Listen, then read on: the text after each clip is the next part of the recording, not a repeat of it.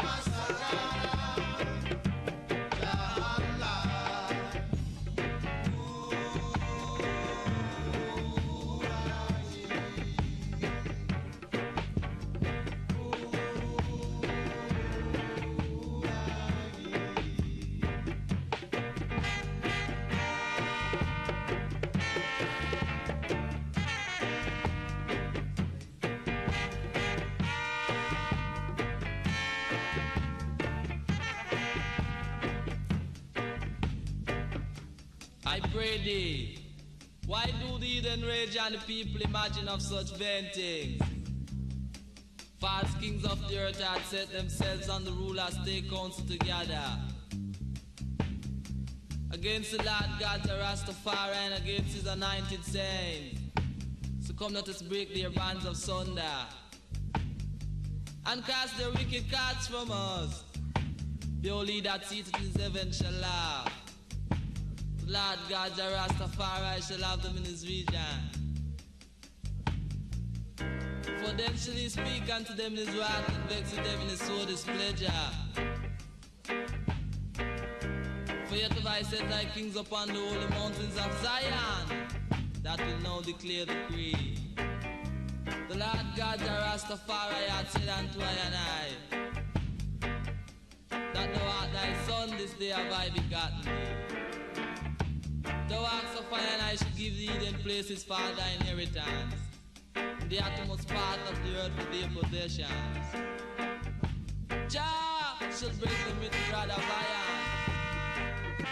Jah shall light them in pieces like a bottle of vessels, I would say.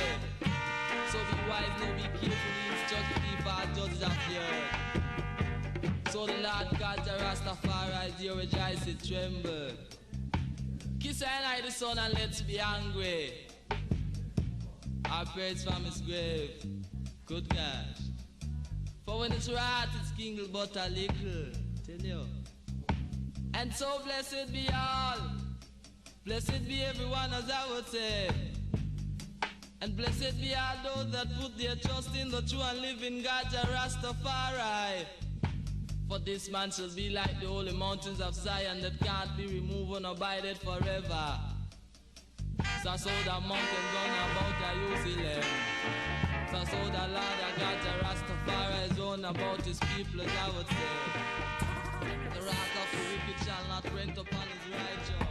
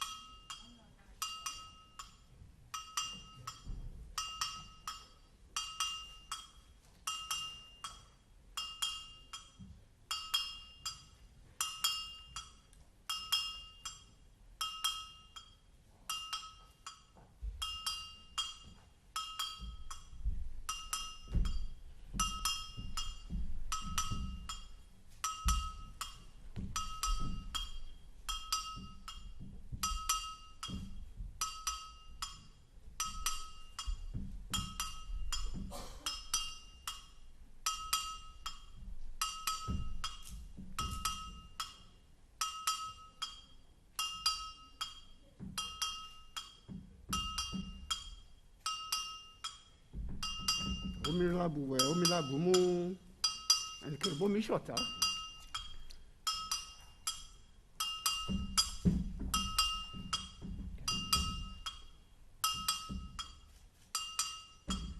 ẹ̀yin tó láyé ẹ bá wa gbà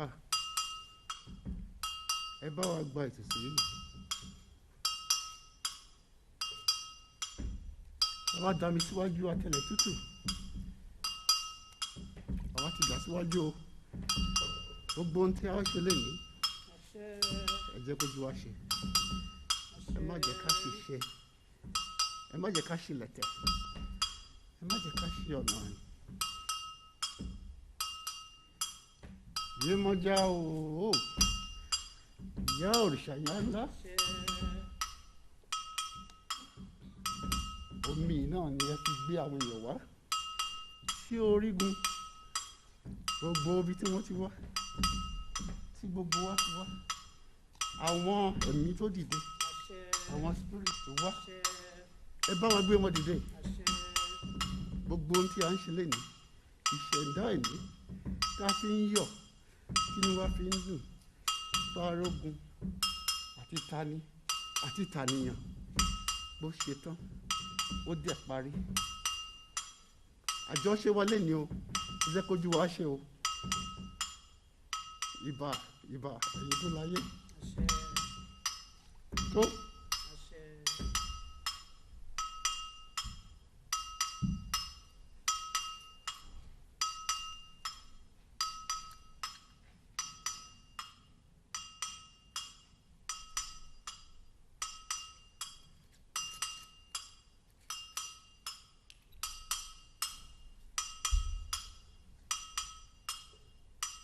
ọtí rèé o ẹnu ọtí kìí tí ẹ̀yin òrìṣà ńlá Ọbàtálá Ifá ẹ sọ̀kalẹ̀ wọ́n bá wa gbà o ẹ má jẹ́ kí kádàlẹ̀ àwọn ọ̀rọ̀ tó orí kan náà ìgbà tó bá ṣe lẹ́yìn lọ́kùn máa ṣe ìyẹn tó kù tí o.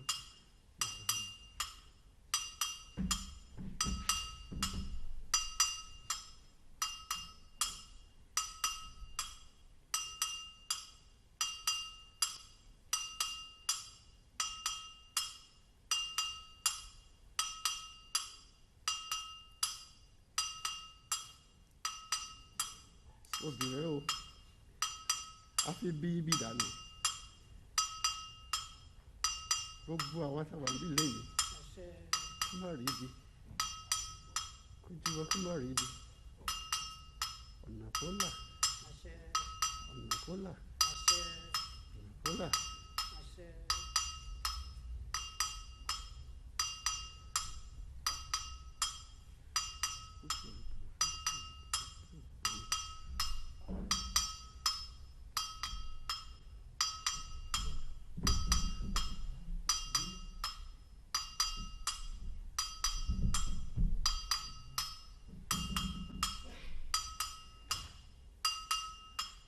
We call on the spirit, the old Haitian spirit, the departed spirit, the one that was able to make it across the ocean, the one that failed to make it to the end of the ocean.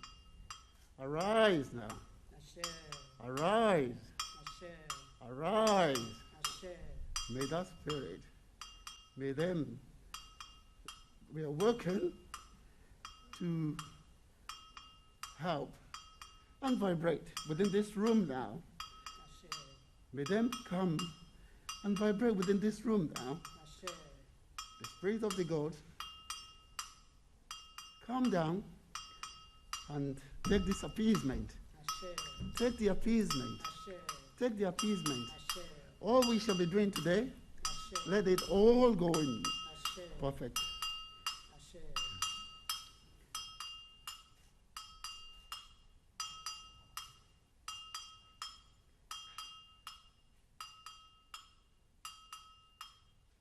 Ifá tó bá lọ sóko tó bá lọ síbi Ifá kò lè gbàgbé ọpọ́n Ifá. Akọ̀pẹ tó bá lọ síbi ọpọ́n kò lè gbàgbé ìgbà sílé. Àwa lè ní o. àwa júbà yín. Ẹ jẹ́ kó júbà lọ kojú sílẹ̀ o. Let it work for us.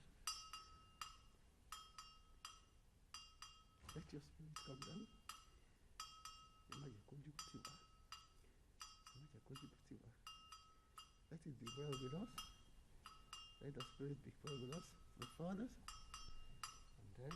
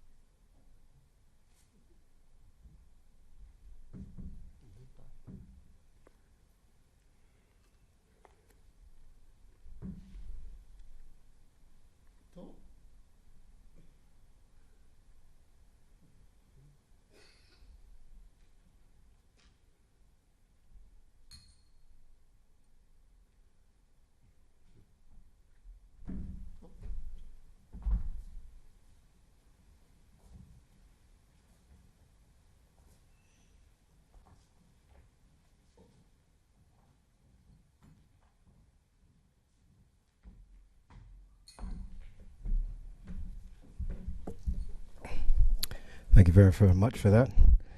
I feel blessed and protected. Greetings to you, dignitaries, friends, family, people who are inquisitive. Welcome to this gathering. My name's Eddie Nestor. It is my privilege to host this event. It's my first time at the new City Hall. I'd like to say welcome to the people watching us online, as well as the people here at City Hall. This is UNESCO's International Day for Remembering, and I've already put in my place by the professor who will be giving a keynote speech, not to read it as says. It says here, Transatlantic slave trade and its abolition, and we are going to say the International Day for Remembering the Trafficking of Enslaved Africans. That's how we're going to say it today. Okay, so one of the things through all of this is that we listen, we reflect, and we learn. One of the questions that I asked when they said, would you come and do this, is what would you like people to get from it? And they said a greater understanding. A lot of the people here will probably know, but some reasoning, some networking, and reaching out to other people and to talk to them. I'd like to thank Arthur Torrington, is a man I know very well, for lobbying to make this a reality. I think it's the 5th one. Something was in existence, and the previous mayor and soon-to-be ex-prime minister discontinued it. Thank you very much to Sadiq and the people that work with the Mayor of London for listening, because it's an important day. And you know it's an important day because many of us know about Haiti. Many of us have maybe read the Black Jacobins. This day, and there are a few, I think from 1791, marks the resistance of Haitians and their struggle. Through the evening, you're going to be hearing conversation, song, seeing performances, and fingers crossed we'll all learn a little bit more, and we'll share what for all of us I think is an important moment. I think we understand that when you see what happens when the royal family have been to the Caribbean and to other places, you get the feeling that something is happening. The resistance is great, but the acknowledgement is inevitable, and therefore what happens as a result, I believe this today, days like today, are just part of it. So as I say, it's an absolute honor to be here. You've got a lot of fantastic people to hear from, many of them in person. Some of them have messages. First message is from Gabriel Ramos, who's the Assistant Director General for Social and Human Sciences on behalf of UNESCO.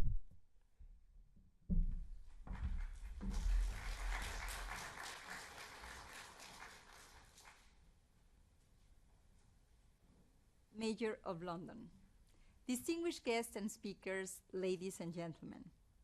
I'm particularly honored to contribute for a second year to the annual commemoration by the City of London of the International Day for Remembering the Transatlantic Slave Trade and its Abolition. On this date, we pay tribute to the women and men who, during the night of the 22 to the 23rd of August in 1791, in Saint-Domingue, today the Republic of Haiti, revolted against the slave system. Knowing the fate of slave peoples shed light into the roots of modern racism and racial discrimination. Decolonization, this year's theme, is an important component as it reminds us that the abolition of slavery did not end racism and oppression, unfortunately. Equal rights for men and women, regardless of their color of the skin, is a battle yet to be won. Racism, far from retreating, is on the rise throughout the world, and we witness its manifestations daily. Fear-based ignorance and populism are gaining steady ground in our societies. The COVID-19 pandemic has impacted disproportionately Afro-descendants across countries and regions, reaffirming that the mark of slavery has not been offset. Taking action is more than ever urgent.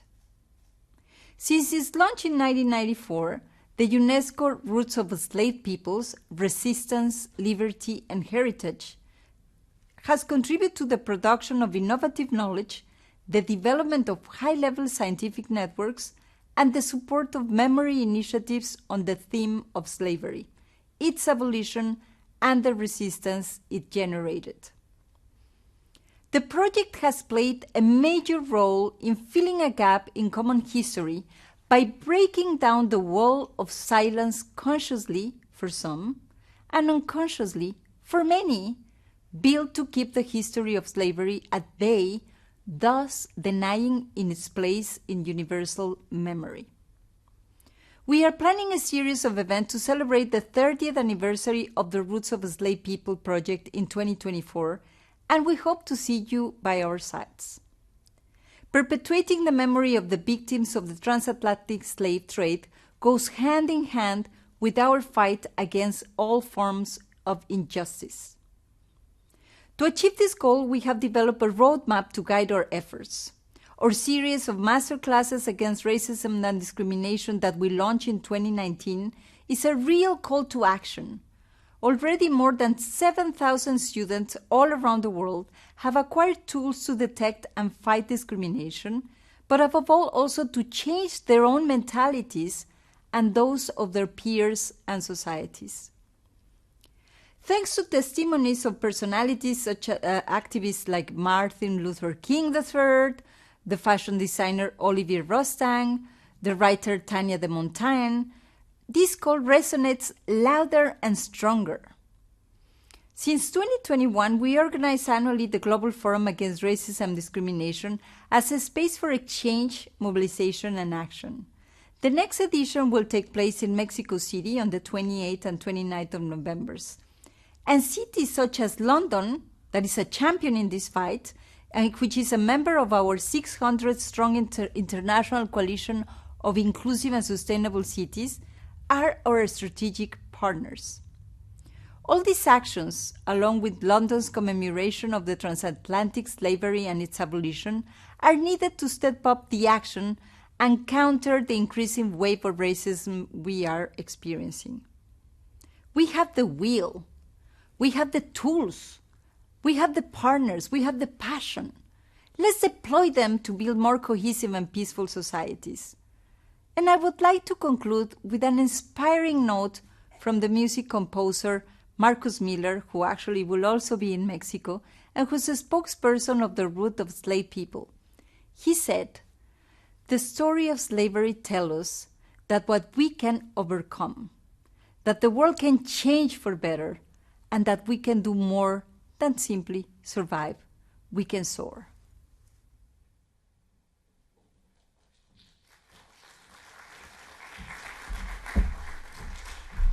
That's Gabriel Ramos, their assistant, as I say, Secretary General for Social and Human Sciences at UNESCO.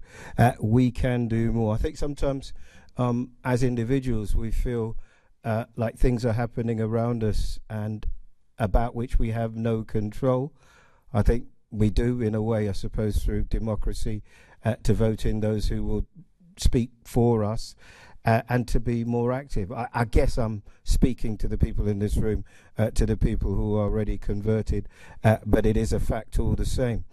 Before I bring the choir on, I just want to properly say thank you to Abodon Jaja for the libation. Coming from a Yoruba traditionalist household, Abiodun Jaja is grandson to the youngest wife of King Abiadan, and during the era of Oba. So listen, I just want to say apologies for not recognizing you properly. I was just basking in the glory of a place that was safe. So thank you very much, okay? So look, I'd like to invite the choir on now, the South African Cultural Gospel Choir, a unique organization really, which was formed by some of the most talented and professional African artists and musicians based in the United Kingdom. Please give them a round of applause as they come onto the stage.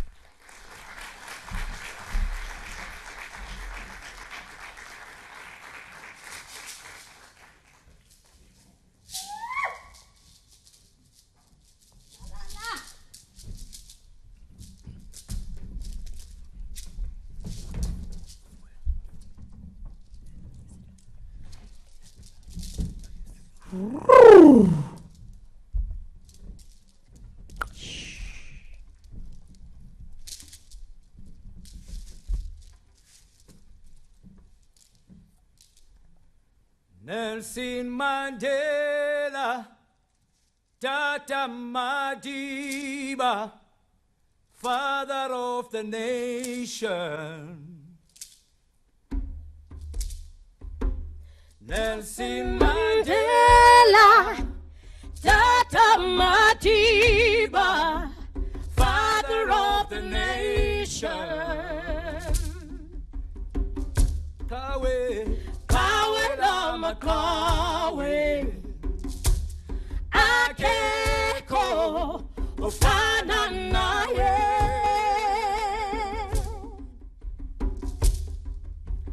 Kawe lama kawe, akeko ufana naye.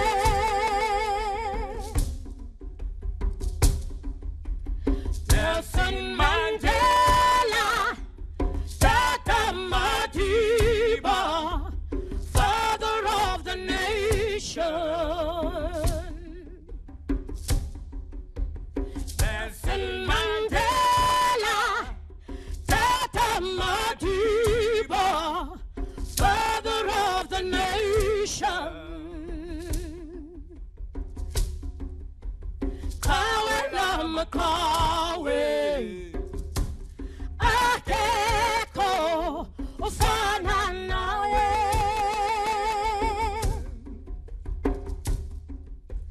Kawe lama kawe, akeko ufana nawe.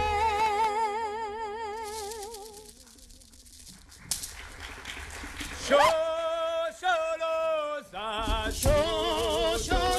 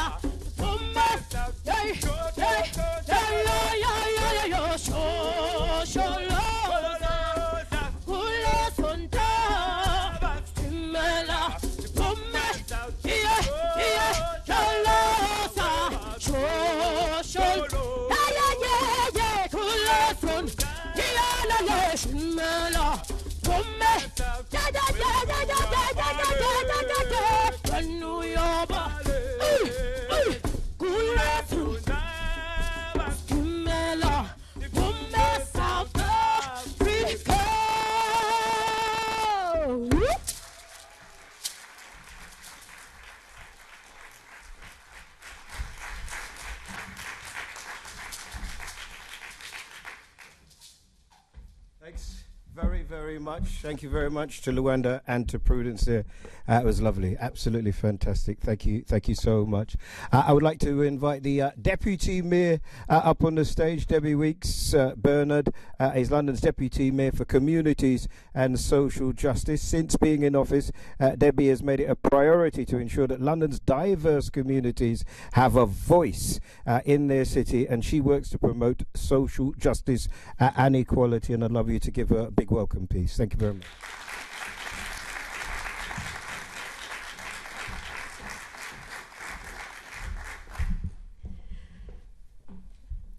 Thank you so much, Eddie. And thank you so much also to the South African Cultural Gospel Choir. I felt incredibly uplifted by that performance, and I hope you all felt as uplifted as I did. So thank you so much for that performance, and thank you for the introduction. It really is so wonderful to be here with all of you tonight. It's an incredibly important event. Obviously, the past 2 years, we were able to hold this event virtually, which was still a wonderful thing to be able to do, but this tonight gives us the opportunity to be together, face-to-face, in person. And it's really important that we're able to be together because this is a culturally and historically important moment that we are celebrating and commemorating this evening. And it's become a key part of London's cultural calendar. And it's become a key part of the calendar largely because of the tenacity and the hard work of our community advisory group, who have really helped to steer and to drive the delivery of this event. And with a particular mention, as Eddie has mentioned already, to Arthur Torrington, who came back to the mayor when he became mayor back in 2016 and asked him to reintroduce this event. And I'm incredibly glad, Arthur, that you did that. And I'm incredibly grateful to our community advisory group for being part of an instrument of pushing for this to happen. So I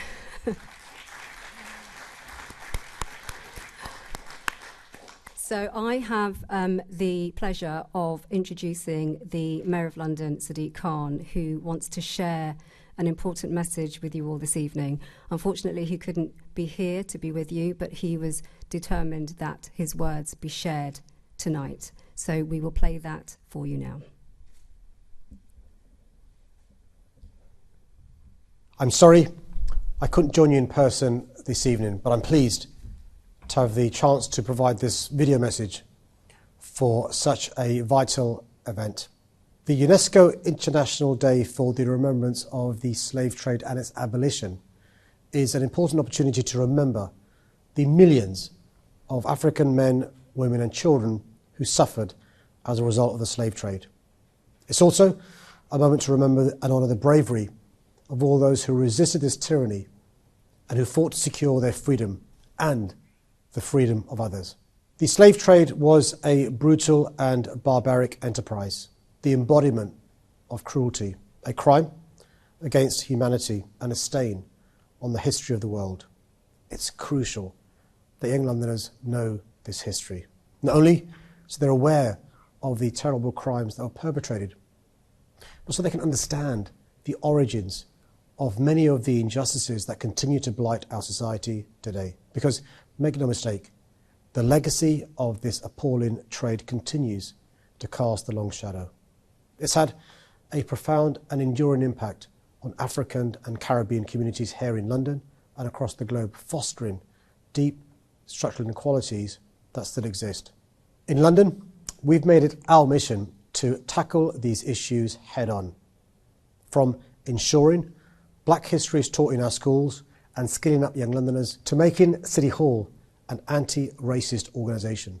Clearly, we still have much more work to do to fashion a city and a country where everyone is treated fairly and equally.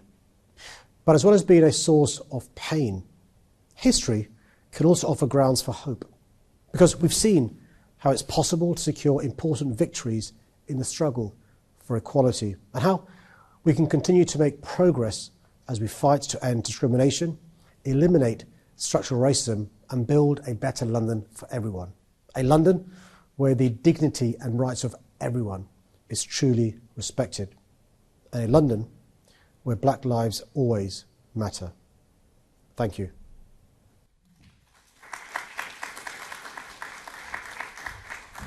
To add to the words from the Mayor as expressed just there today.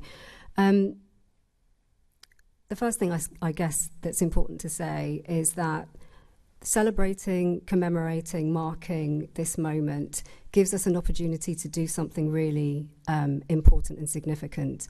And I don't think we can underestimate how significant it is that we're able to commemorate this moment in this way. And as Eddie has rightly pointed out, this is the 5th time that we have now celebrated and marked the UNESCO International Day for the remembrance of, and as Vereen has said, the trafficking of enslaved Africans and the abolition of the transatlantic slave trade.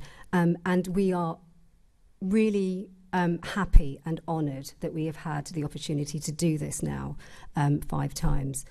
But the moment that we have and the moment that we're marking is incredibly important for a couple of reasons. It's firstly important because it does mark that intergenerational and historical trauma and the trauma that was experienced by Africans at a time when they were treated as less than human.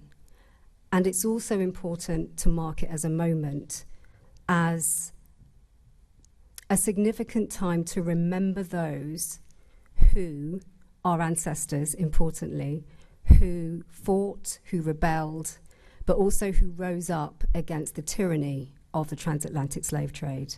And not only is that important, but it's also important to acknowledge that generations of black individuals across the diaspora and across the globe continue to fight and to rebel and to rise up against injustice. And therein is the importance of this event.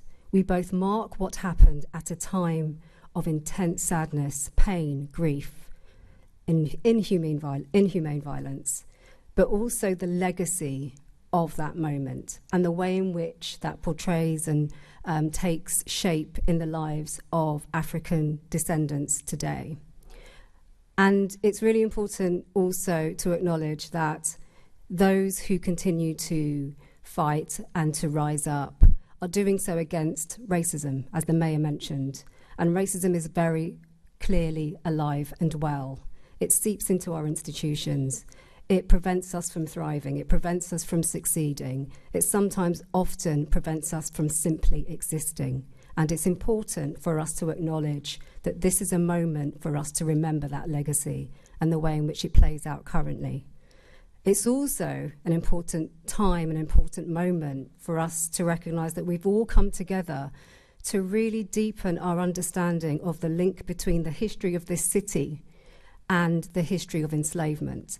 And that it's not just something that we should talk about here and share amongst ourselves, but that it's actually a clear indication of a dark moment in British history. And that we also need to ensure that that is something that is taught in our schools. And it's also something that should be reinforced in our media. And it's also something that needs to be reflected in our policy making. So it's really wonderful, actually, that we can continue to use the platform of this building, of this space, of the role of the Mayor of London to provide an opportunity for performers, for speakers, such as you'll be hearing from this evening, to come together and share that story and share those histories and share those narratives, but also to reflect both on the pain and the trauma as well as the resistance. Because we have to be frank, if it wasn't for that resistance, I wouldn't be standing here before you in the role that I have as a black woman who is the Deputy Mayor of a wonderful city. If it wasn't for that resistance, we wouldn't be able to come together as individuals who are descendants of those who rose up and resisted, and to be able to mark this event in this way. And if it wasn't for that resistance, we also wouldn't be able to provide the opportunities for our children and all of those who will become after those children to be able to continue to mark this moment, but also to be able to continue to thrive, to be able to succeed where others have failed. We must never forget the role that our ancestors have played in allowing us to be ourselves, in allowing us to use our voices, in allowing us to resist, to fight, to rebel, to do all of the things that we do as individuals who are the descendants of those ancestors.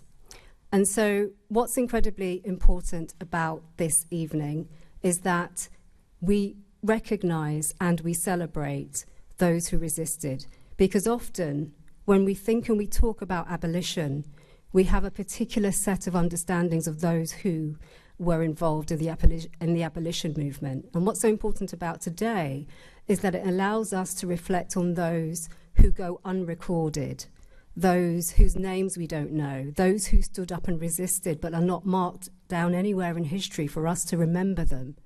And so it's always important for us to remember the unrecorded. We have something called the Commission for Diversity in the Public Realm, and the main aim of that commission is to enable us to be able to talk about the unrecorded, to talk about those untold stories, to make sure that our monuments and our statues and our public spaces and the narratives more specifically reflect both us as a diverse set of individuals, but also reflect those who go unrecorded and unheard and unmarked.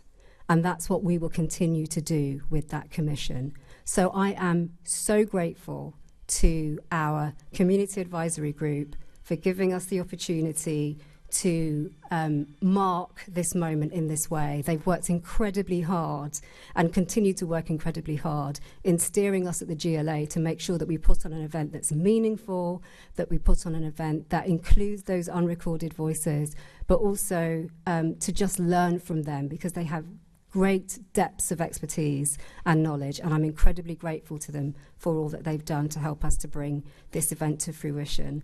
And I'd also like to thank Sankofa Day, who are partnering with us in this event to make sure that the mayor's element of this remembrance is also linked to community-driven and led remembrance, which is also as important as doing a remembrance that's led by the mayor. I'd also like to thank Eddie Nesta, for being our host, for helping to steer us through this journey this evening. And I'd like to thank in advance, and also to thank those we've heard from before, our speakers and our performers, because our speakers and performers tonight are going to move you. They will provide thought-provoking pieces that will enable you to be in a reflective space to really think about what today means. And I'm also looking forward with great excitement to hearing from our keynote speaker, Vereen Shepherd, who I've spoken to before and who importantly always speaks her mind. So I'm sure we will hear something amazing from her when she takes to the stage. All that's left for me to say is I really hope that you enjoy this event. It's an important event. It gives us the opportunity to do that remembering and that commemorating. But I'd like to thank you also just for spending the time with us this evening and for being part of enabling us to remember our ancestors. Thank you.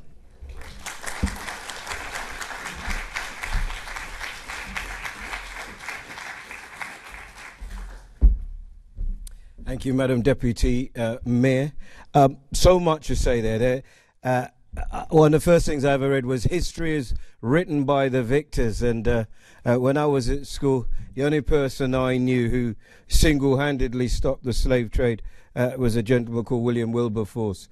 So it's great to encourage people to look up names, because the resistance is there and the resistance was real. I'd like to invite a young man onto the stage now. Born in Brixton, originally from Brixton, South London, which for those of you who know London well, and I'm guessing lots of you do, is the wrong side of the water. His heritage is Jamaican and Irish, and he is going to do something we call spoken word. Looking forward to hearing him very much. Please welcome to the stage, Rags Sivi.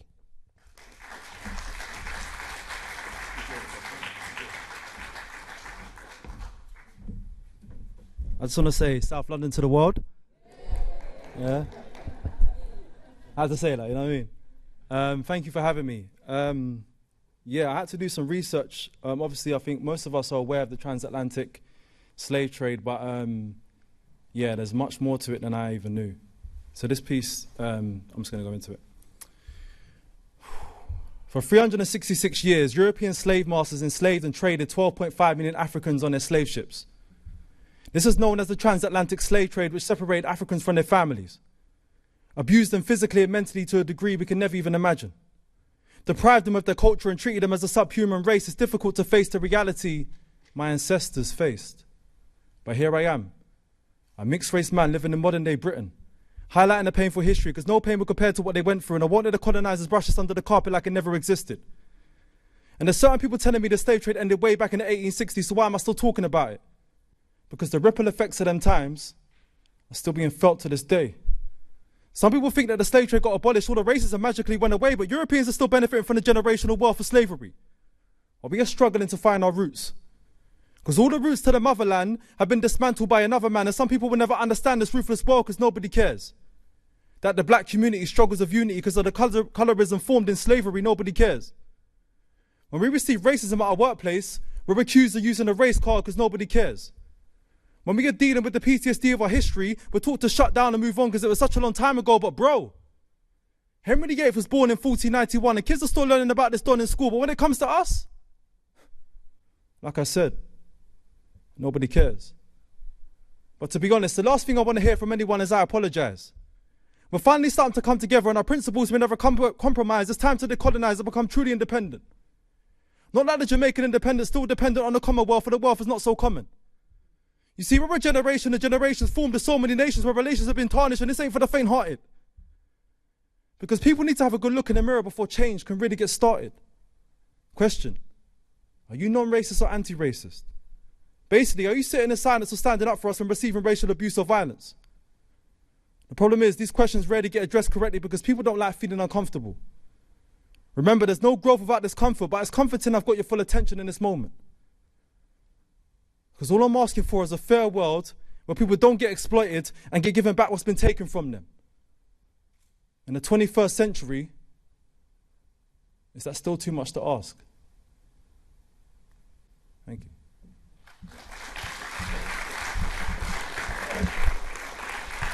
Brixton to the world. Thank you so much. See you soon.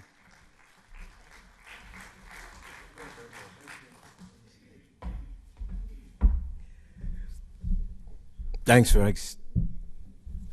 Moving piece. You know, for an OG, you know what was great about that is I was asked to do this, so I had to go and do some research.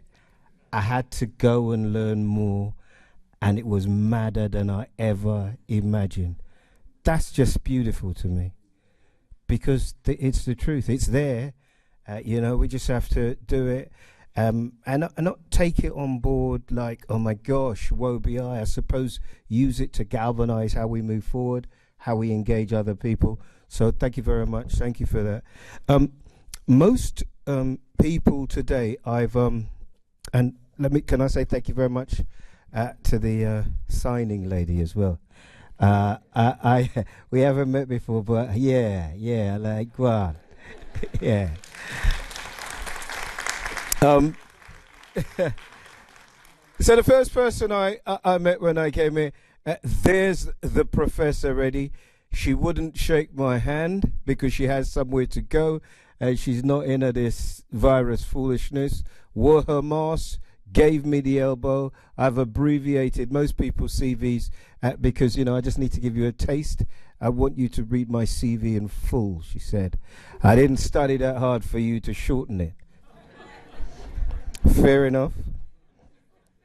Vereen A. Shepherd, a graduate of the University of the West Indies, University of Cambridge, Fellow of the Cambridge Commonwealth Society and Honourable Fellow of Jesus College, Cambridge. Is a Professor Emeritus of Social History at the University of West Indies. She's also Chair of the United Nations Committee on the elimination of racial discrimination, the oldest treaty body in the UN system that implements the International Convention on the Elimination of Discrimination. Professor Shepherd is the first Jamaican CARICOM citizen and the first black woman of African descent in the African diaspora to chair the committee in its 50-year history. As a UN expert, she has played a role in the drafting of a program of activities for the UN International Decade for People of African Descent, that's 2015 to 2024, and the adoption of something called CERD, General Recommendations 36, Preventing and Combating Racial Profiling by Law Enforcement Officials. It's my pleasure to introduce our keynote speaker, Professor Vereen Shepherd.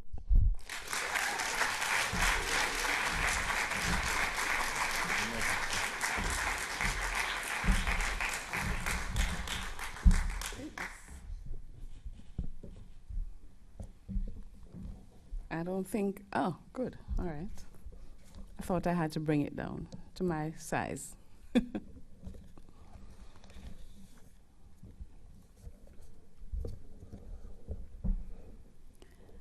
The God who created the earth, who created the sun that gives us light, the God who holds up the ocean, who makes the thunder roar, or God who has ears to hear, you who are hidden in the clouds, who watch us from where you are, you see all that the white has made us suffer. The white man's God asked him to commit crimes, but the God within us wants to do good. Our God, who is so good, so just, he orders us to revenge our wrongs. It's he who will direct our arms and bring us the victory. It's he who will assist us. We all should throw away the image of the white man's God, who is so pitiless. Listen to the voice of liberty that speaks in all our hearts. I started with Bookman Dutty's prayer because it is fitting that we recall this prayer as we celebrate Haiti today. Although we should not only do so today, but every day as a mark of respect and honor to a nation that typifies the essence of decolonization. Bookman Dutty from Jamaica, who helped to start the Haitian Revolution, left for us his reason for refusing to bow to colonialism, his rationale for decolonization. France, what is your answer? So thank you, Chair, for your introduction. Deputy Mayor of London, Dr. Debbie Weeks Bernard, Excellencies, members of my family, somewhere up there, raise your hand if you managed to make it. Yes. I see Mr. Lazarus and Mrs. Lazarus there. Thank you so much for coming in from far. Distinguished guests all, good evening to you. Let me also thank the Lord Mayor, Sadiq Khan, for inviting me to deliver this 5th annual City Hall lecture to commemorate the UNESCO International Day for remembering what some refer to as the transatlantic slave trade and its abolition, but most of us, increasingly, to the Maangamizi or African Holocaust, the transatlantic trafficking in enslaved African captives, and express appreciation to all the collaborators on this initiative, including Sankofa Day. I heard you talk about Sankofa Day, the Roots of Enslaved Peoples and Resistance, Liberty, and Heritage Project. This expression of memorialization in which we are engaged does indeed provide an inclusive space for all people to remember the victims of the Maangamizi, reflect on its legacy, and honor those freedom fighters who fought for its abolition. We all went to school and heard about Wilberforce and all them other people them. but we know who were the true liberators. In this regard, I invite us to pay tribute to the freedom fighters who ensured the decolonization of Haiti, a country whose struggle against colonialism has influenced the declaration of this day. Stand up, people, and say their names with me. Stand up. Bookman Dutty, Cecile Fatiman, Toussaint Louverture, Henri Christophe, Jean-Jacques Dessalines, Alexander Petion, Ashe, Asheo. France, what is your answer? Their opposition to the obscenity of chattel enslavement imposed on them by the colonial power of France provided the rationale for their struggle for emancipation and ultimately for independence in 1804, although they paid dearly with lives and live for daring to say no to continued French colonization. For when Haiti won its independence over 200 years ago, it came at a hefty price. Said by former President Aristide in 1804 on the occasion of the Haitian bicentennial to amount to US 21 billion. After months of work, Constant Mehu and Matt Apazo revealed publicly in the New York Times, some of you have read it, that a more precise price tag for the double debt, the payment, the extraction, and the loan they had to take out to start to pay it, the double debt, was 112 million francs, or about 560 million US dollars today. France, what is your answer? Historians tell us that Haiti is the only nation where descendants of enslaved people paid reparations to the heirs of their former enslavers, and they did so for generations, 1825 to 1947. The effect of that illegal extraction is obvious today. France, what is your answer? We hold on to the fact, though, that their struggle also inspired many others in the Caribbean, in the USA and Latin America, to support the idea of decolonial justice that eventually led to the success of independence movements in places under British, Danish, Dutch, Portuguese, and Spanish domination. The Haitian Revolution, after all, represented for all oppressed people a break with forced labor on plantations and other enterprises which undergirded the colonial system. Indeed, the 18th and 19th centuries can be defined as the height of the second phase of Western hemispheric decolonization, the first having started with resistance to conquest in the 15th century. Whatever the phase, including in the 20th and 21st centuries, the message of colonized peoples to colonizers has always been, get out of my land and remove your demeaning ideologies from my headspace. And resistance in all its manifestations was the medium by which that mantra was enforced. That was the case then. It is the case now. Britain, what is your answer? France, what is your answer? All our colonized people and nations, what is your answer? In his 1952 Black Skin, White Mask, Frantz Fanon analyzed the impact of colonialism and its deforming effects and argued that white colonialism imposed an existentially false and degrading existence upon its black victims to the extent that it demanded their conformity to its distorted values. But even if conformity was demanded, we could not then and cannot now give in to those distorted values. What do we want? Liberation. One example that African people refused to conform to Europe's distorted value of categorizing people as chattel was the case of Haitian President Pétion's response to the demand of the owner of the boat Deep Nine, enslaver James McEwan, that he should return 50 enslaved people who had escaped on that boat to Haiti in 1816, leaving their owner stranded on the shores of Jamaica. Knowing full well that freedom and the rights of human beings not counted as chattel, not continued categorization as chattel enslaved, awaited them in Haiti. For after emancipation in Haiti, and that's the indigenous people's name for what colonizers call Haiti, Haiti. If you hear me say that, I am decolonizing the word. You told me that the theme is decolonization. I am decolonizing this evening.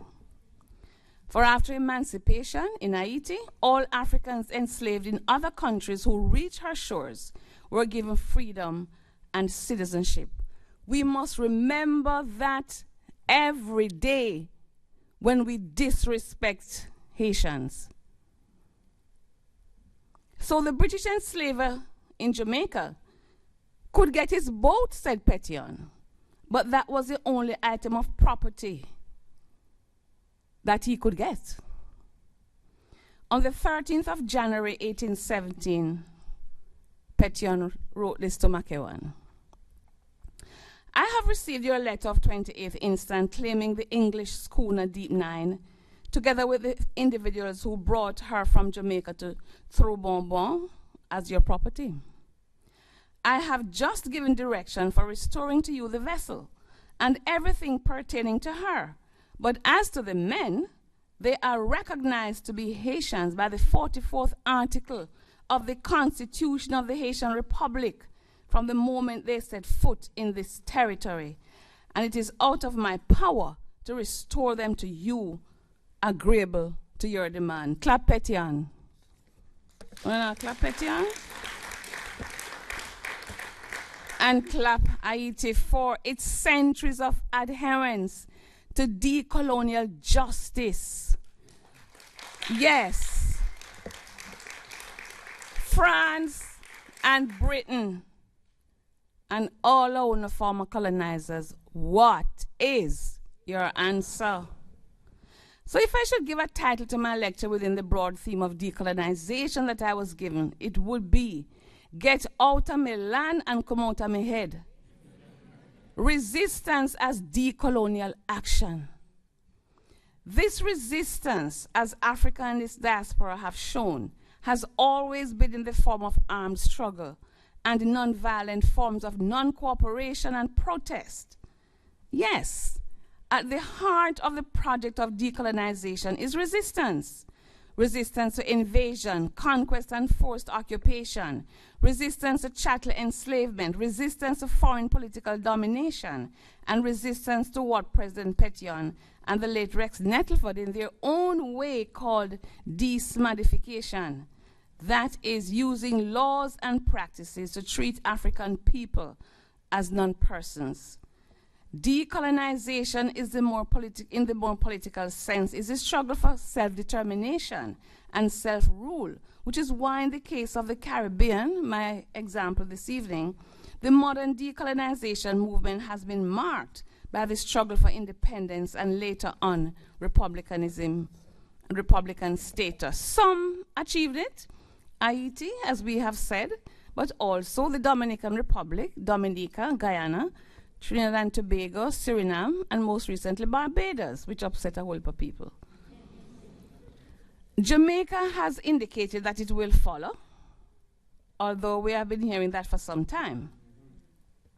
It might be serious this time, though, because it cannot be denied that the desire for Republican status in the region has escalated in the countries that colonialism left with the British monarchy as head, however symbolic, since the visit of the members of the royal family, who showed the most disgraceful sense of historical ignorance to the history of colonization and the rationale for decolonization.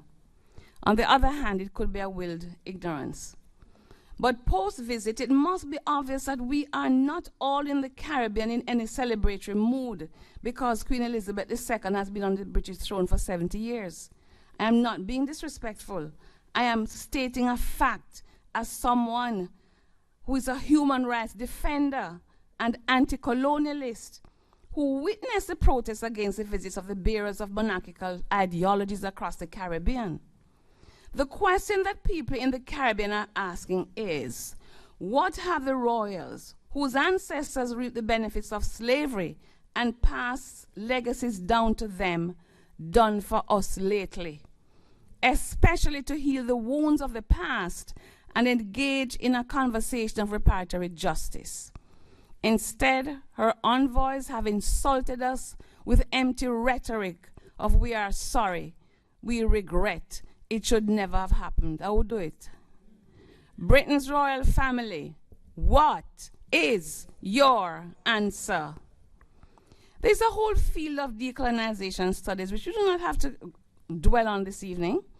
Suffice it to say that every form of subjugation generates an opposing struggle for liberation. The antithesis of colonization is therefore decolonization. Said by author Jürgen Osterhamel, and I like this.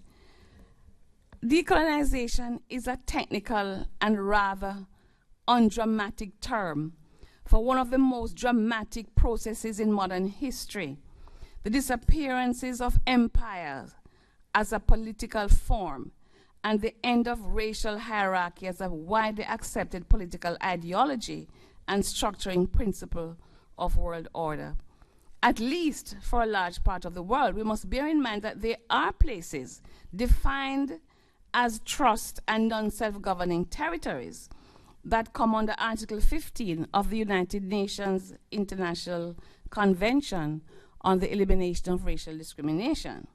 And Britain has a significant share of them, about 11 at last check.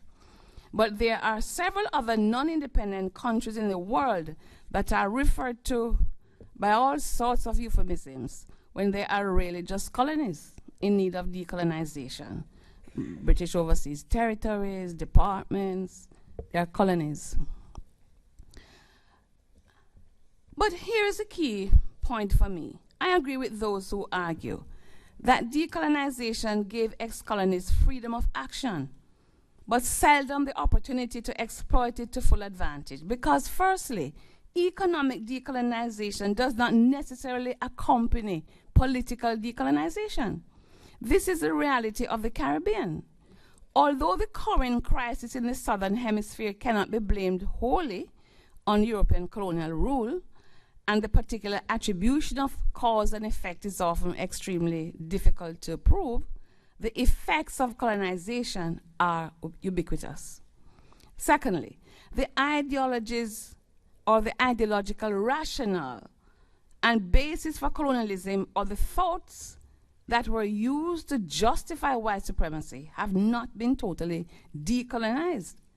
In other words, the post-colonial world has retained forms of colonialism as expressed through manipulation, exploitation, cultural expropriation and appropriation, and inequalities, even if colonialism itself as a political phenomenon belongs to the past. Some say the final phase of decolonization is the transition from monarchical systems. But the search has been broader than political or constitutional changes. Why do I say that? Because unless there is ideological decolonization, the support for political change will be hampered. The monarchists will simply not see the reasons for change and wish to stay royals. So there is a broader definition of decolonization which must include the true liberation from Victorian ideologies and practices and racist thoughts and practices that manifest themselves in structural inequalities in politically independent nations. So whereas the most familiar aspect of decolonization has understandably been about governance and self-determination in the political and legal sense, my main interest this evening is about the ways in which the struggle for ideological and economic decolonization, and we can add psychological rehabilitation, also became important in the post-war years. Part of the route to such rehabilitation is decolonial education, and I can say that the Caribbean has come a long way since political independence in reorienting the education system away from a racist and classist system. I am not saying it is perfect, because structural discrimination still exists in many aspects of our society. Good here, bad here, uptown, downtown, good school, not so good school, inner city, outer city. You know what I'm talking about. But anti-colonial psychologists, historians, artists, and literary scholars and poets, including Miss Lou, George Lamming, Linton Kwesi Johnson, and others, with their decolonial gaze, have enabled studies of colonization in reverse and cultural protest in the diaspora. My point here is that decolonization, though still in action politically, if we consider that there are still colonies in the world, has had successes in other spheres. Current colonial powers, what is your answer? The rewriting of history, philosophy, psychology, politics, and science texts, the reorientation of inherited religious orthodoxy, medical and legal explanations and traditions, the destabilization of former untruths about Africa, and the teaching of the truth about European colonization, and the exposure of colonized and former colonized peoples to the philosophy and opinions of Marcus Mosiah Garvey, whose 135th Earth Strong we celebrated on August 17, were necessary to the decolonization project and the resistance to the old racial contract. We did not want any other black woman to write as Una Marson did in England while she was here in her poem Kinky Hair Blues. I hate that ironed hair and that bleaching skin. Hate that ironed hair and that bleaching skin. But I'll be all alone if I don't fall in. Those who still do that, where defend? Hilary Beckles reminds us in his new book, How Britain Underdeveloped the Caribbean, of the how and why of the constructions of a racist post-slavery Caribbean society, but also that Caribbean people rejected his raison d'etre.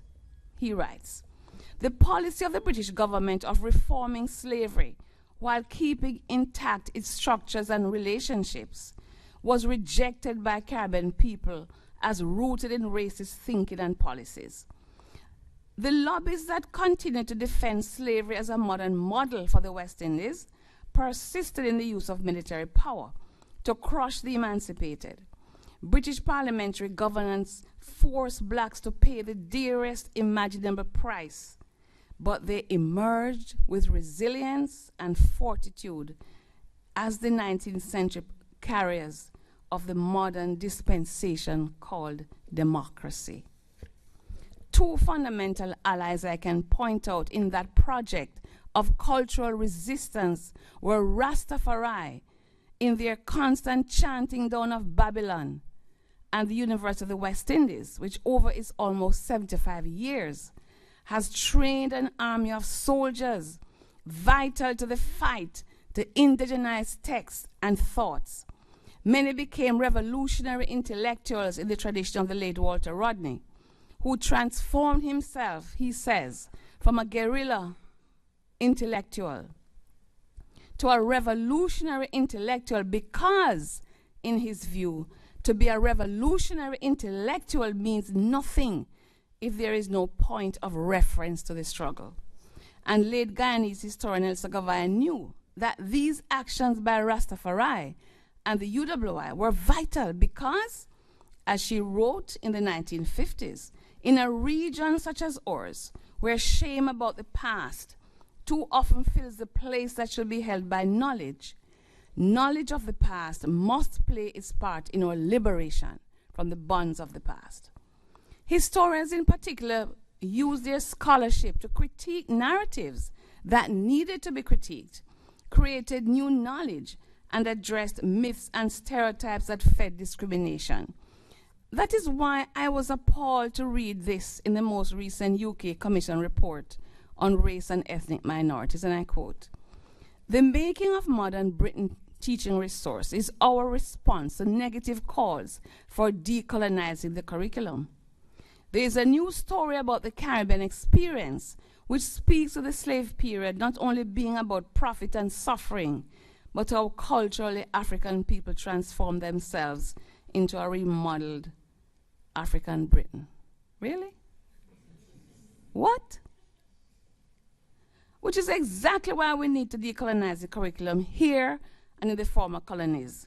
Legacies of the past, if left unchallenged, will harm the present generation.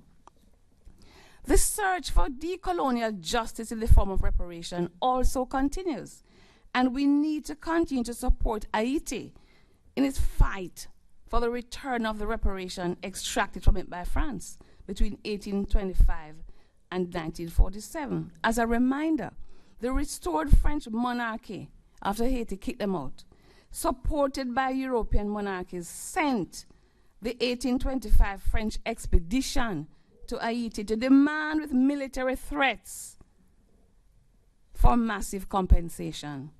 Haiti must repay the French government and former enslaver a sum of money or face destabilization and even recolonization with the help of allies. France, what is your answer? Every person of conscience in this room and in this global village of ours must develop a new moral outrage at this and the impact it has had on Haiti, and demand that France lives up to its moral obligation and restore this wonderful nation to its former glory. If anyone listening this evening is not outraged by the fact that there's a direct relationship between colonialism and the present political and socioeconomic situation in Haiti, then he or she is blind to historical and modern economic facts or has no moral compass. And never, never, never find yourself referring to Haiti as the poorest country in the world. Wealth is not just defined in economic terms in this case. If you think about it, Haiti is one of the richest countries in the world, but the reasons for its challenges are well known. France and other destabilizers. What is your answer? In the case of the CARICOM region and its diaspora in Britain, despite the rightness of the demand, despite the constant appeals of numerous reparation advocates on both sides of the Atlantic, and the work of organized reparation committees or task force or whatever they are called, there is lack of serious negotiation with the victims by the British state. And yet, from 1939, they knew it was a right that they and an obligation. Here is what Beckles tells us in his new book. Creech Jones, an MP, wrote this in 1939. "We carry a grave responsibility for a colonial policy based on cheap labor and cheap raw materials. The facts are out and we can no longer plead ignorance and indifference. Of course, there has been official irresponsibility and the dominance of narrow calculating colonial interests. We can point to years of criminal neglect when official ineptitude and sloth have permitted affairs to drift and the islands to sink into unpardonable misery. Now a point has been reached when action is desperately urgent and British concern must be paid in hard cash." And a we say so, a Creech Jones says so. "The hopeless squalor of today is in a real way the measure of the shortcomings of our colonial policy and of our economic neglect. Creech Jones's words is an admission that Britain knew all along that greater significance should have been given to making amends for the debilitating colonial inheritance. Britain, what is your answer? The cost of cleaning up the colonial mess left behind in the Caribbean was computed by British officials as beyond the capacity of the National Treasury. It was better for the government to bury the debt. Refusal to accept it made it an easy matter to deflect using diplomatic codes. So to conclude, post-colonialism demands that development is properly opened up to the presence and significance of voices, knowledge, and agency in the South, that it takes into account the ways in which our contemporary societies have been shaped by agency and resistance in the South, that it presses for redress for colonial wrongs, redress in the form of repatriation and reparation as a development package. Today, we continue to say, get out of the Caribbean, get out of our land. But equally, we want you out of our heads and minds because you have done enough damage to our person and souls. But I am conscious that it is in our hands to complete the mental decolonization process. Marcus Garvey said, we are going to emancipate ourselves from mental slavery, because whilst others might free the body, none but ourselves can free our minds. The man or woman who is not able to develop and use his or her mind is bound to be the slave of the other man or woman who uses his or her mind, as Garvey. I'm quoting, I'm kind of making like a gender sensitivity here, you know? Because in them time, you know, man this, man that. Never a woman. I have to say, though, that many of us have not liberated our minds or our countries from mental slavery. We have not followed Haiti to say we want freedom at all costs. We allow ourselves to be racially profiled at borders, to be sniffed by dogs. I wonder if they're trained to be racist.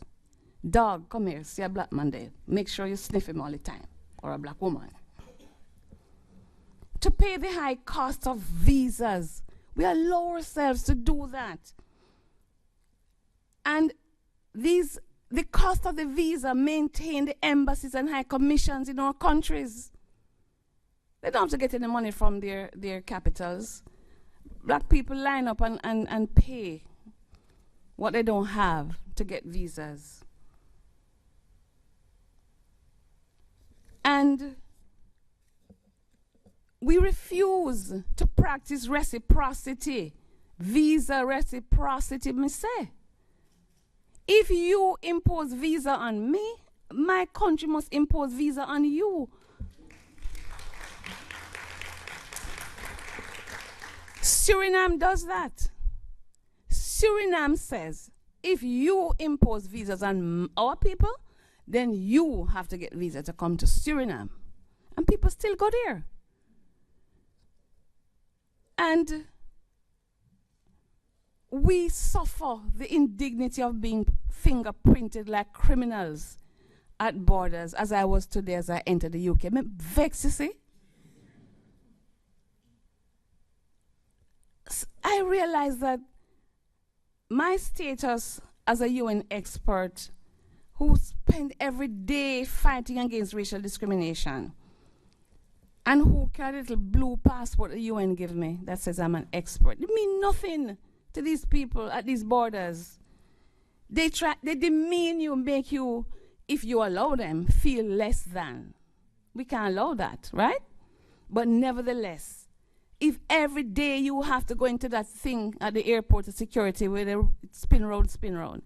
This morning I asked the guy at security in Geneva, because everybody else was just going through, and then he pointed me out and said, go into the tube.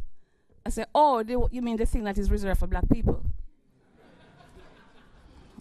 I had to say it because if I didn't say it, I wouldn't come here today. I'd turn right back.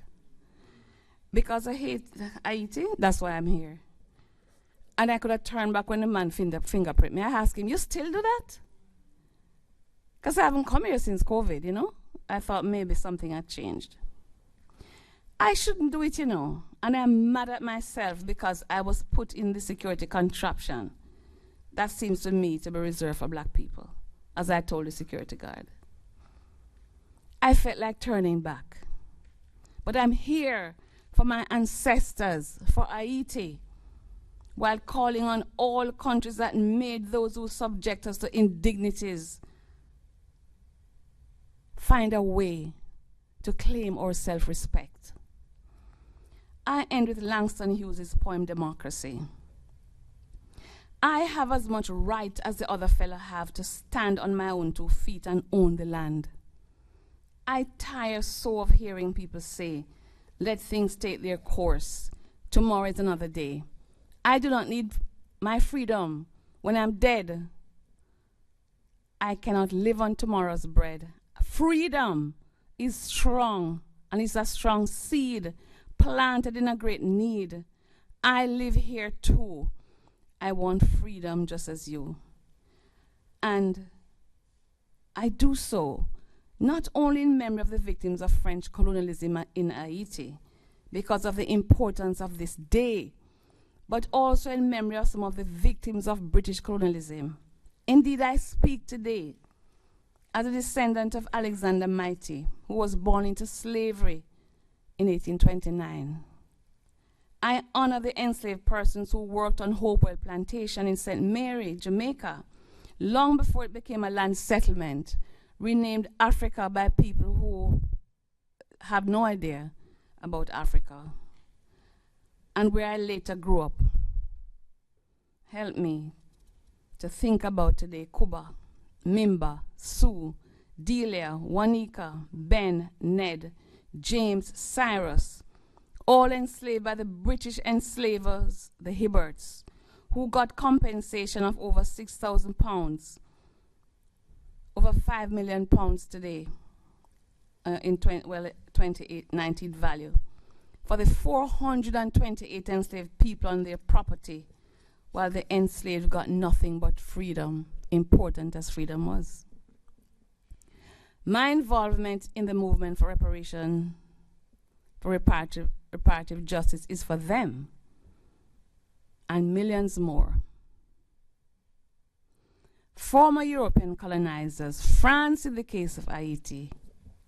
What is your answer? Thank you very much.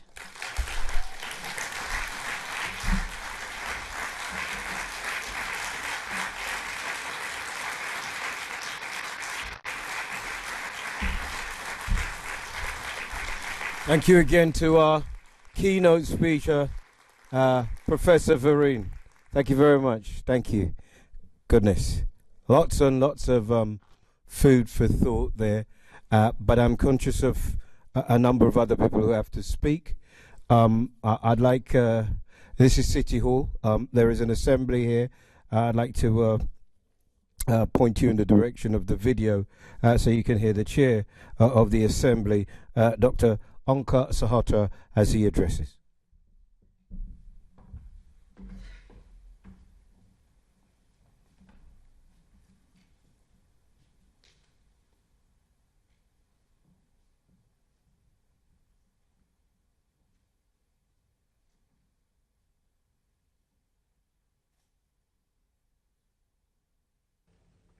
UNESCO is described today as an opportunity for collective consideration of historic causes, the methods and consequences of this tragedy. We must take this opportunity to remember and to reflect. On this day in 1791, Haiti and the Dominican Republic witnessed an uprising against the transatlantic slave trade. This became a catalyst for its abolition. Today we honor and celebrate the brave men and women who sacrificed their lives to ensure that Africans were no longer enslaved on the islands. Today, the world is a better place because of their actions. We will not forget them. As chair of the London Assembly, I am proud that the Assembly supports this event and of our work with communities to ensure that we have an event that highlights the significance of this day. I'd like to thank all of those who worked so hard to make this event a success. The organisers, the staff, and our excellent speakers. The London Assembly will support the Mayor in hosting the UNESCO International Commemoration of August 23rd. We pledge to work together untiringly for the elimination of racism in all its forms. Finally, we are all here today to reflect on the past, to remember the lessons learned, and to ensure that our city is a place of unity, diversity, and equality.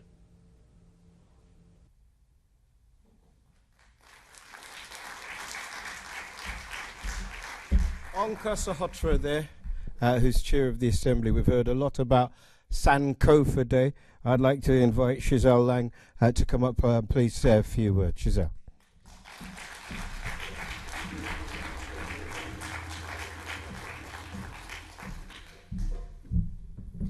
Good afternoon, everyone. I hope everyone is well. Okay, so as Eddie said, my name is Shizelle, and I'm from an organisation called Slavery Remembrance, which hosts an event annually in London's Trafalgar Square called Sankofa Day. So I'm going to tell you a bit about Sankofa Day and why it started. On the night of the 22nd to the 23rd of August 1791, men and women torn from their families in Africa and sold into slavery in Santo Domingo, now known as Haiti and the Dominican Republic, rose up against the slave system and won their freedom. The revolution was led by former enslaved African and General Toussaint Louverture and saw Haiti become the first independent sovereign nation state of Latin America and the Caribbean, the second republic in the Americas, the only nation state in the Western Hemisphere to have defeated 3 European superpowers, Britain, France, and Spain, and the only nation state in the world established as a result of successful slave revolt. The uprising played a crucial role in the abolition of the Transatlantic human trafficking and enslavement period and greatly impacted the establishment of the universal human rights for which we are all indebted. Since 2016, Slavery Remembrance has held its annual national memorial, Sankofa Day, affectionately known as the People's Memorial by its attendees, in London's Trafalgar Square, its home. The day is held to celebrate the Great Haitian Revolution, mark UNESCO's International Day for the Remembrance of the Slave Trade and its abolition of the same date, and to honour the victims and survivors of this time. Importantly, especially when we're talking about the theme of today of decolonisation, Sankofa Day is owned and led by the Black community. It is also the first steps on the journey of collective healing and reconciliation of this harrowing piece of our British history that can only be led by the Black community. The day provides a space for all who wish to remember and honour and extend their gratitude to those who were forced to sacrifice their today for our tomorrow. It is important that we all come together, irrespective of race, ethnicity, age, or colour, to remember this painful piece of our shared history and pay respect to those who so greatly suffered during those 400 plus years.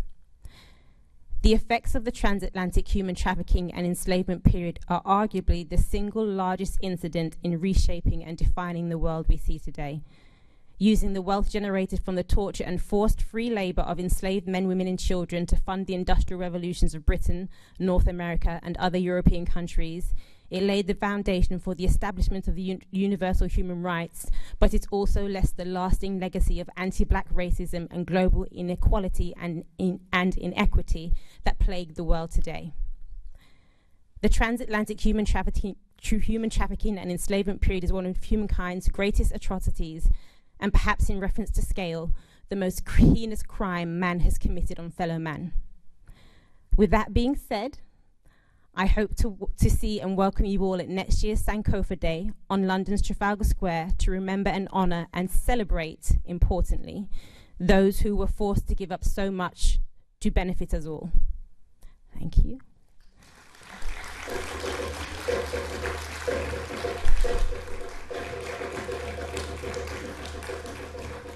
So now I'm going to welcome the CAG on stage to read out the affirmations and the Youth Assembly. Thank you.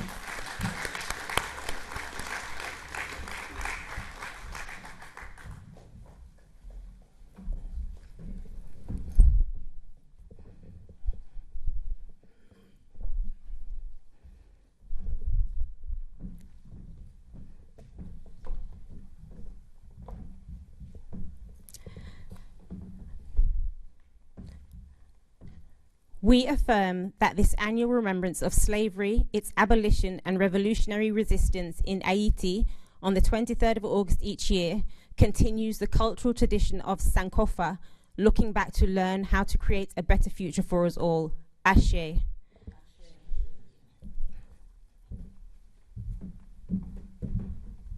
We affirm that women and men who fought for freedom on the 22nd of August, 1791, not only secured liberty and independence for themselves and Haiti in 1804, but also laid the foundation for the establishment of universal human rights, for which we are all indebted. Ashe. We affirm that the names and deeds of these courageous freedom fighters from across the Caribbean, Africa and its diaspora deserve tribute with education and research, teaching their story and their revolutionary values against exploitation and oppression. Ashe. We affirm that in 2011, UNESCO have recognized the forced enslavement of African people, the Maafa, not as a trade but as a crime against humanity for which no legitimate reparation have been made. Ashe. We affirm that the Mafi and Mangamanzi is not merely a subject of the past. It is a history that has shaped the face of the world, creating binding ties between peoples and continents and irreversibly transforming the destiny, economy and culture of nations. Ashe. We affirm that the legacy of slavery, colonialism and imperialism remains an unresolved wound, requires justice and healing if we are to stop the spread of political, economic and spiritual trauma across generations. Ashe. We affirm that in March 2019, the European Parliament recognized Afrophobia as a growing problem and voted for its member states to act against the discrimination and inequality faced by the estimated 15 million people of African heritage living in Europe. Ashe.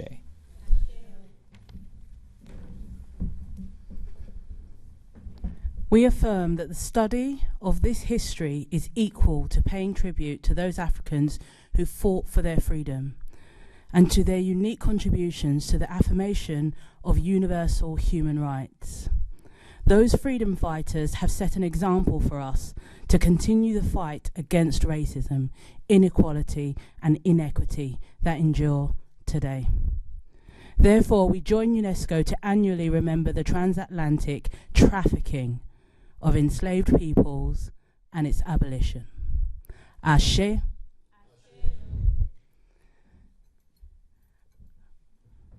Over to you.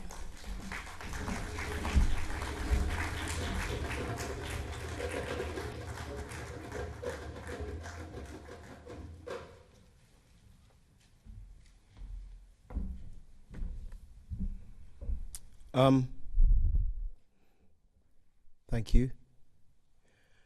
I'd like you all to please join me if we work together and take a minute to think about all the things we've heard today, all the things we know, and how maybe individually and collectively we can work to make this bigger, more of an investigation involving more people and spreading the word that it is a moment to acknowledge an experience and an awful happening and helping us to move forward.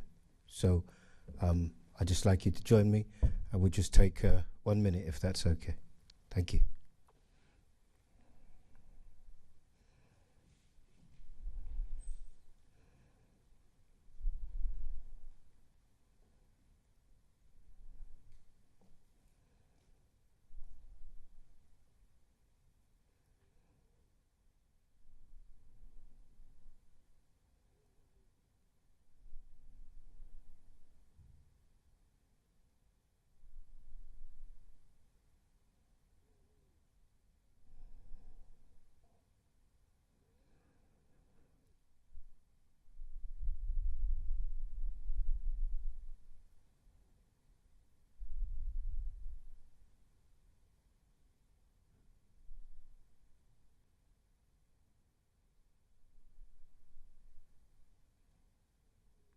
Thank you. Thank you. Thank you very much. Thank you to the people here, to the people at home. It's been a moving evening. Honestly, if I'm honest with you, I didn't really know what to expect. You mark something, you commemorate it, but personally, and I thought I knew a bit, like you, I'm on a journey, and I'll go and look, I'll go and learn. Certainly mark Sankofa Day. Hope that whoever is Mayor of London looks not just to continue doing it at City Hall, but make it bigger, make it better, make it more inclusive.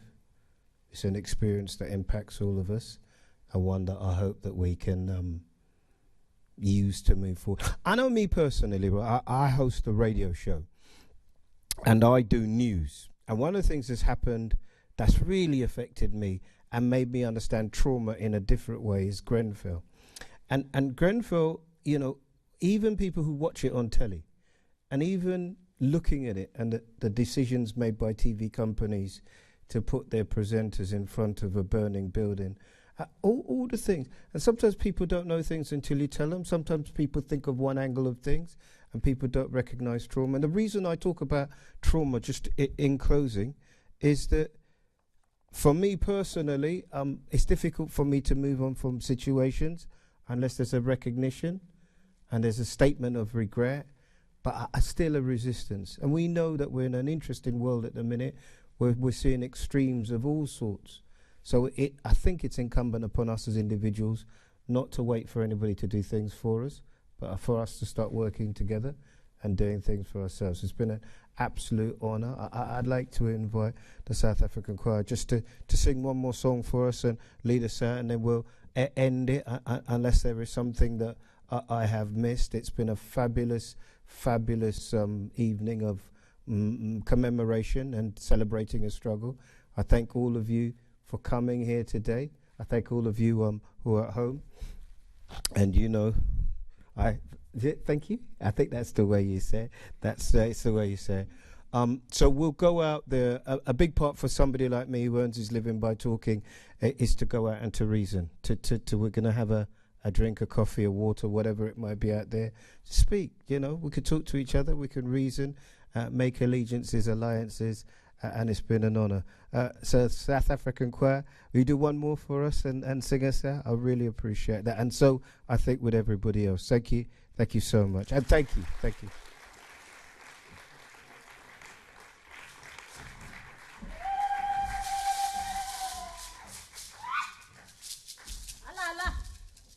Before we go, we want everyone to take part, right? We've been sitting all this whole time. So let's try and get up a bit and wiggle a bit, yeah? At the back as well, right? Yes, let's do this.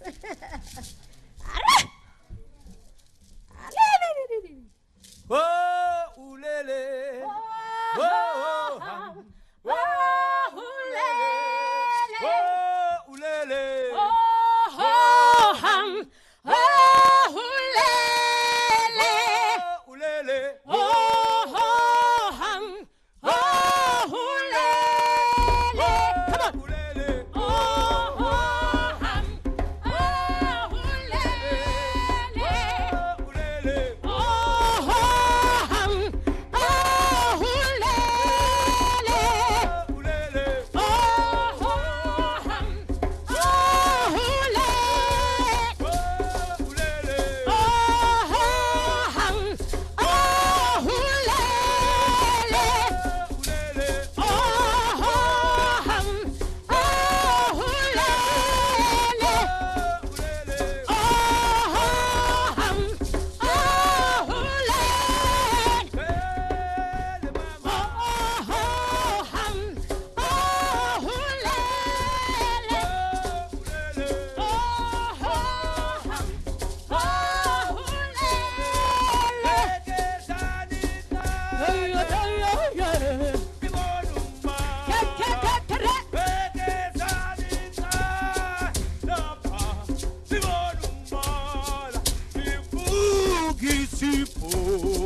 Zomnam, Tabanumbala, Fugisipo, Zomnam, Tabanumba.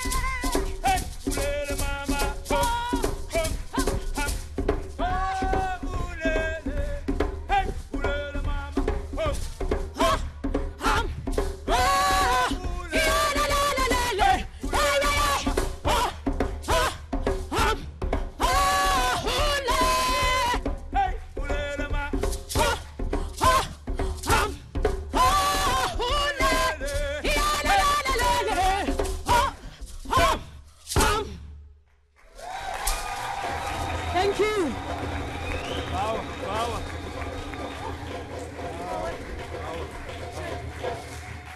Thank you.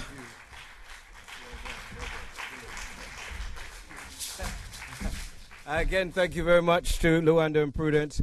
It is Sankofa Day. There will be more events happening outside. As I said, it's about networking, but also going out there and enjoying yourself, taking a moment, networking. As I say, thank you very much, everybody attending, and particular thanks to the Deputy Mayor, all the members of City Hall for allowing us to come. So a big round of applause to you. Thank you so much. Tom shoot Jana says I mistake man. Tom shoot Jana says I mistake man.